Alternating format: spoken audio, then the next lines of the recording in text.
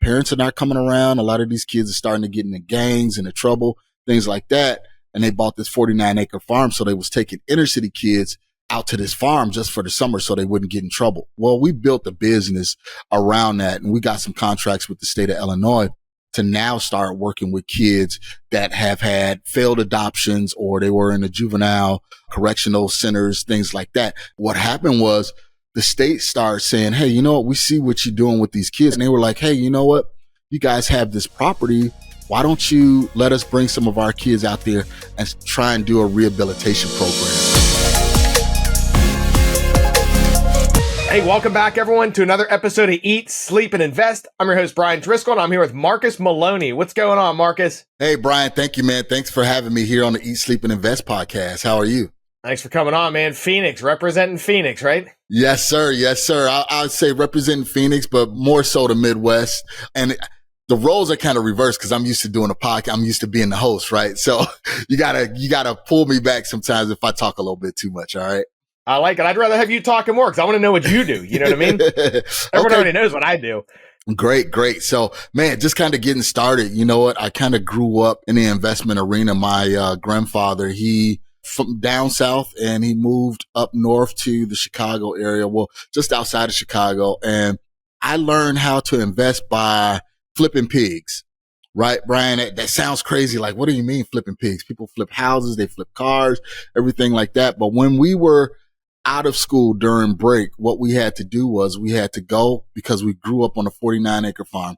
We had to go. Oh, you're talking legit pigs, huh? Yeah, I'm talking legit piglets, right? Okay. So we grew up on a 49-acre farm. And what we would do is in the summer or early in the spring, we would buy a piglet. You can buy these piglets at the auction, $10, $15 per piglet. And then over the summer and before fall, we would have to fatten that piglet up, take it back to the auction. And that's how we get our school clothes. So, we started by flipping pigs. So it was like me and my brother and my cousins, we would go to the auction. We would buy 2 or 3 pigs. That was like $45. By the time we took them back to the auction, naturally you can feed pigs anything. They'll eat anything and they'll gain weight. So it was by the weight. And by the time we took them back, each pig was like $200. So we took our $15 and flipped that $15 into $200. So I learned the system of buying low, selling high. So that was my foray and my introduction into investing. And how I got into real estate investing was back in the late 80s. My mom was working with the state of Illinois and she knew somebody that worked for USDA, and they had a couple of raggedy properties that they didn't know what to do with. And she decided to buy those properties. And then for me and my brother at the time, we were like 15, 16 years old. We had to work with the crews, right? To, do the demo, everything like that. We didn't know what we were doing. We didn't even know why she was buying these properties. But at the end of the day, she flipped one, sold it, made like $35,000 fee on that one. And then the other one, we still hold in our rental portfolio to this day. So that was my kind of foray into real estate investing and into investing in general. I like it. That's interesting too, because everyone's like, oh, you got to get into real estate and this and that. Like I got into stuff flipping silver coins.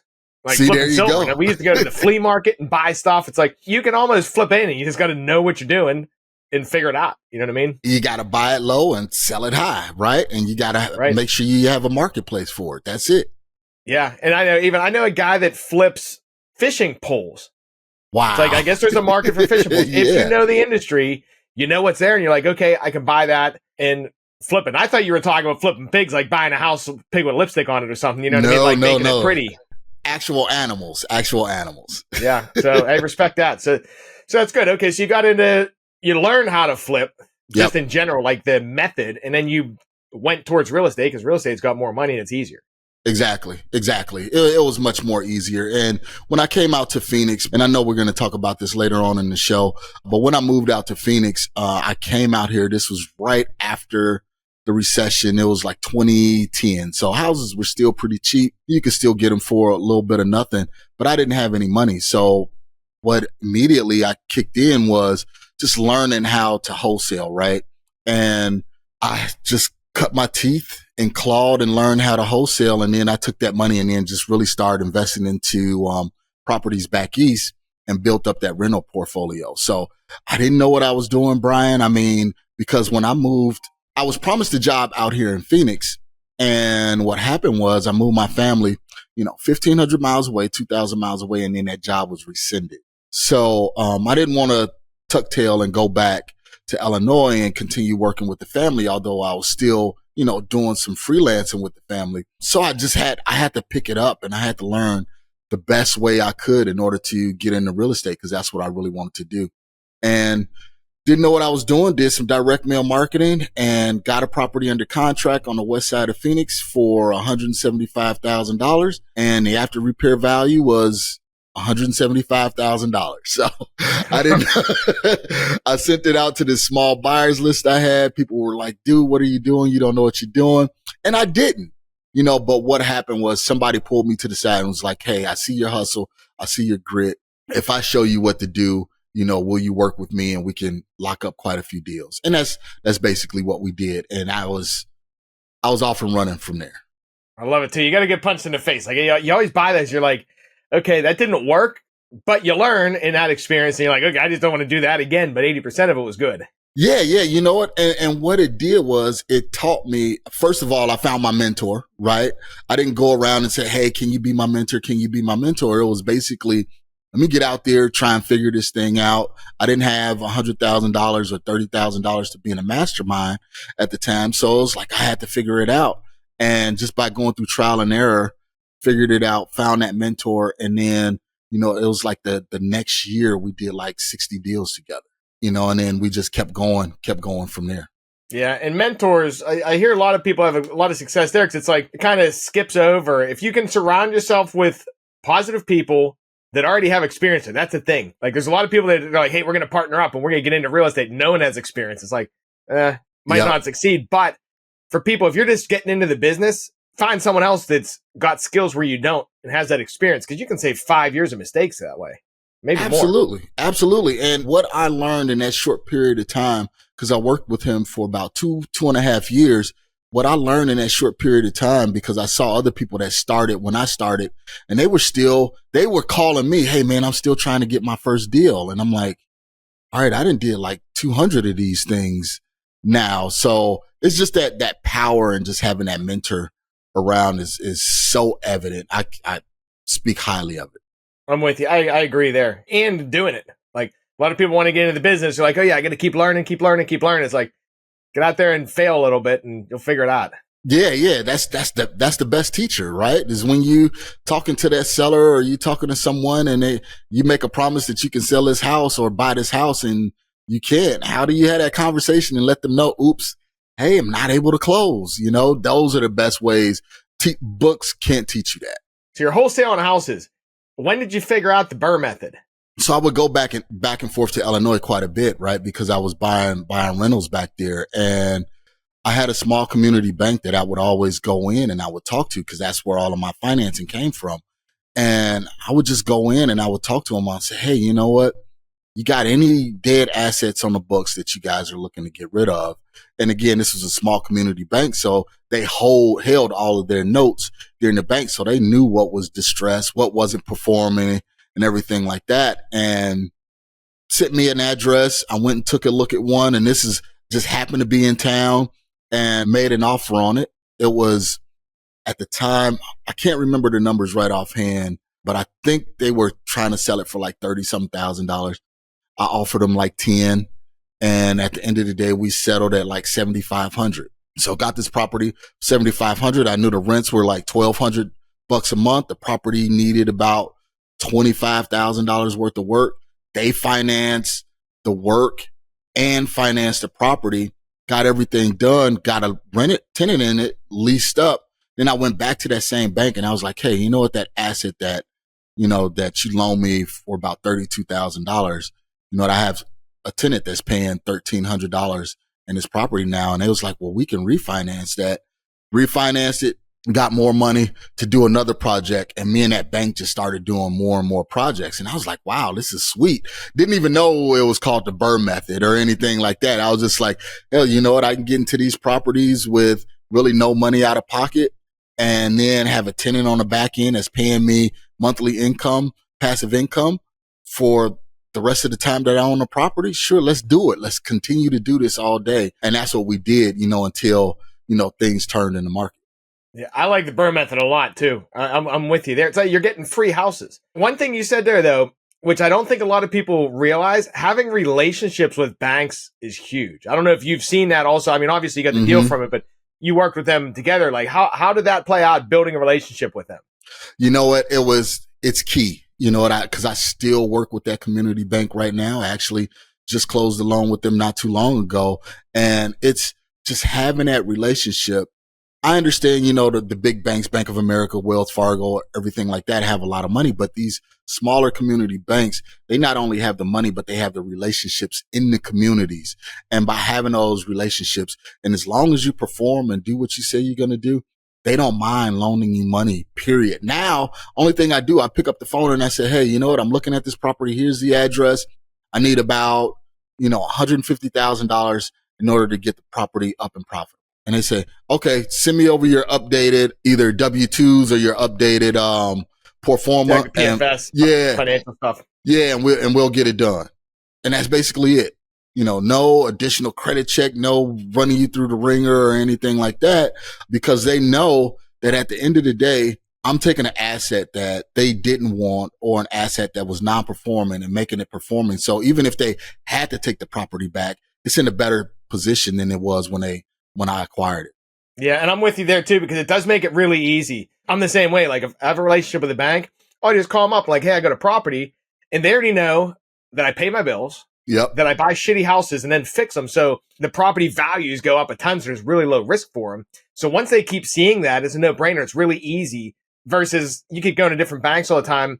It's like, or the big banks, like the big banks make you jump through all these hoops. All the it's hoops, like getting a residential mortgage. It's nuts. Yeah, and they don't know you. When you had those smaller community banks, they know you, they can touch you, they can feel you, you shake hands and everything like that. By having those relationships, it's so much easier to get deals done, versus going to these different hard money lenders and things like that. So I try and use them exclusively as much as possible. Yeah, I'm with you. Big tip there for everybody listening. All right, so you get into the BRRRR method. Then you took another step, right? Like you started getting into bigger properties. Yeah. So a few things that we did, me and my family, we started getting into the shared living spaces, like co-ops, things of that nature, because we have a nonprofit back in Illinois. Also, we saw a need, and this goes back to the history when I was talking about my grandfather. He bought that 49-acre farm because he lived in the inner city and he wanted to see, he was a baseball coach and he was coaching these kids, and he started noticing, hey, you know what? Parents are not coming around. A lot of these kids are starting to get into gangs, into trouble, things like that.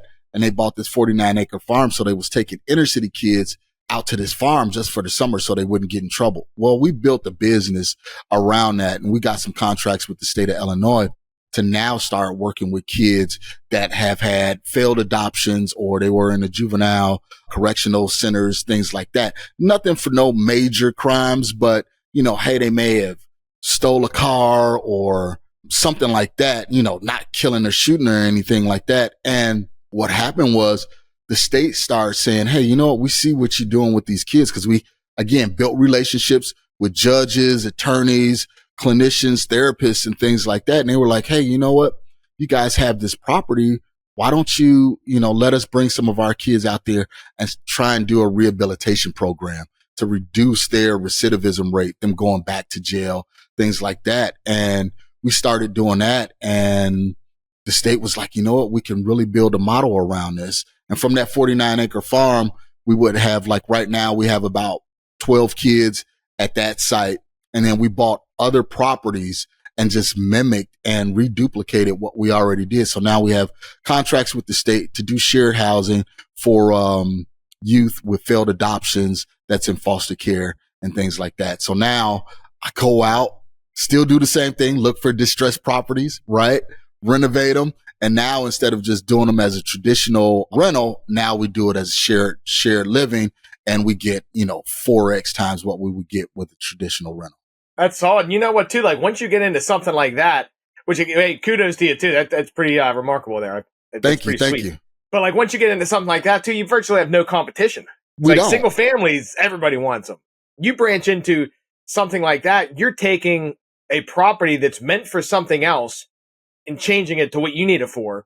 There's not that many people competing in that space. We're keeping the same use, but we're maximizing the value of that property, right? So think of Airbnb, but probably like 10x Airbnb, because the state pays by the bed. So even if the bed is not full, we still get a check for that bed being available for their clients and for their kids. Now, is there overhead? Yes, because we have the nonprofit. So we do have, clinicians, things like that come in and work with the kids. So there's a whole nother other aspect to it. But just on the real estate side, for me, is to provide that housing. And now when I run our numbers, we can look at properties where other people will say, you know what, those numbers just don't work for me. It don't fit.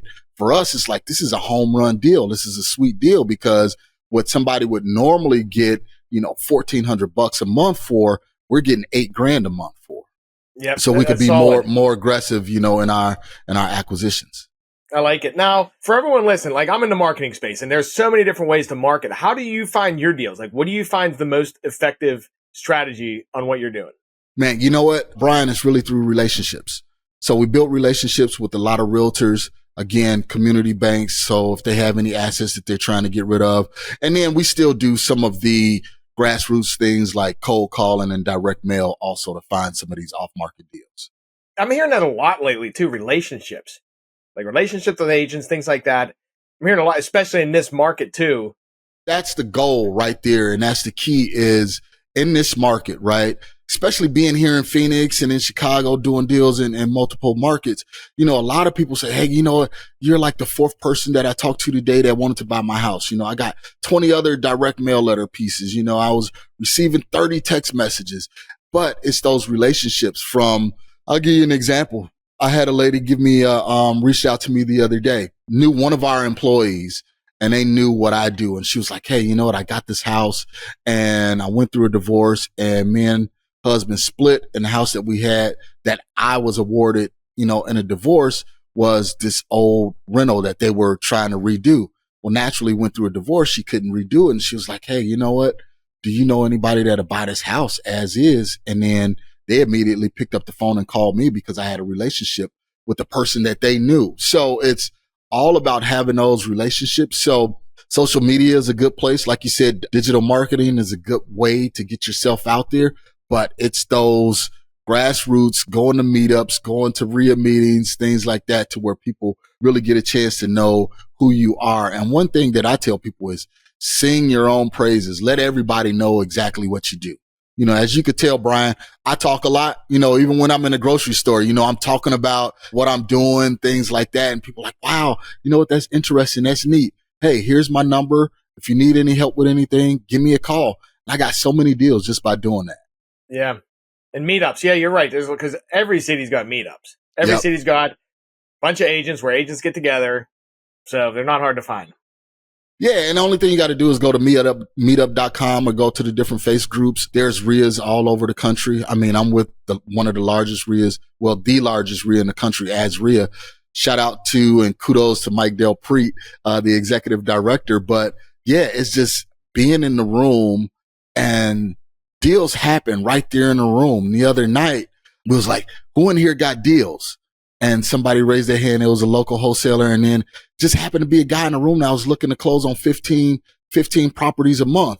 He was like, well, what do you got? And they struck up a deal right there and was able to get it done. And we said, see, there was no marketing costs with that. There was no cold calling, direct mail or anything like that. It's just being in the room where other investors are. So to your listeners, they're doing the right thing by listening to you, Brian, being on the podcast, being in the rooms where you are, because that's where deals happen. Yeah. More times you show up, the luckier you get. That's it. As simple as that. Got to be there to get the opportunity, Yep. One of the last questions for you. So when dealing and transition over to the youth group homes, right?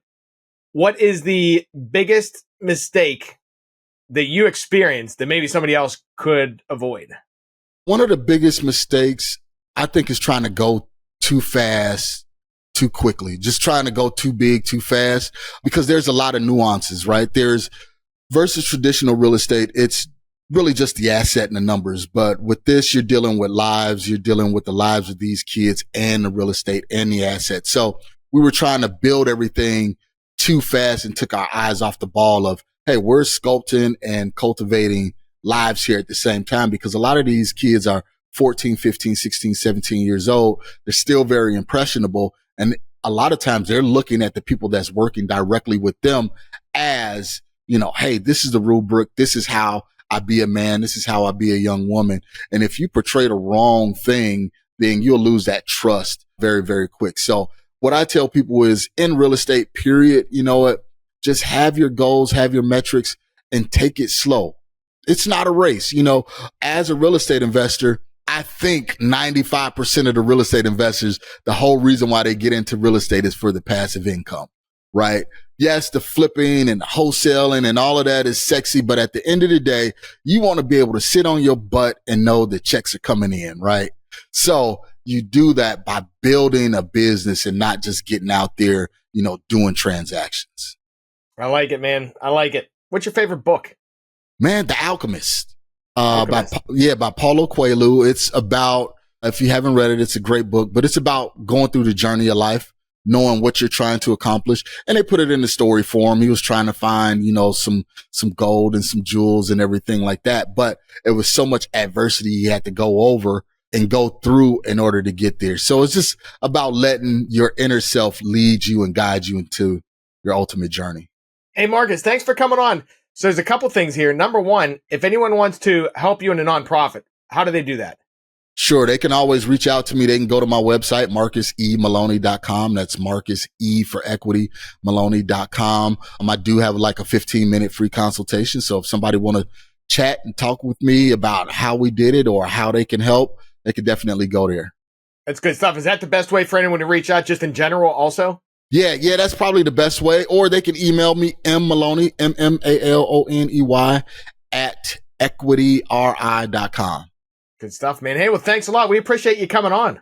All right. Thank you so much, Brian. I really appreciate it being here as a guest on the Eat, Sleep, and Invest podcast. Oh, hey, one other thing. What's your podcast? Like, how can they check that out? Sure. They can go to the We Love Equity Real Estate Show. That's the We Love Equity Real Estate Show. And we have tons of guests, from the first person closing their first deal all the way to the person that has 1,000 units that's doing syndication. So we have a little something for everyone. Nice. Hey, well, thanks for coming on, man. We appreciate you. And hey, everyone, thanks for listening. Till next time, get out there, crush it, close some deals. We'll see you guys. See you. Thank you, Brian. Thanks, man.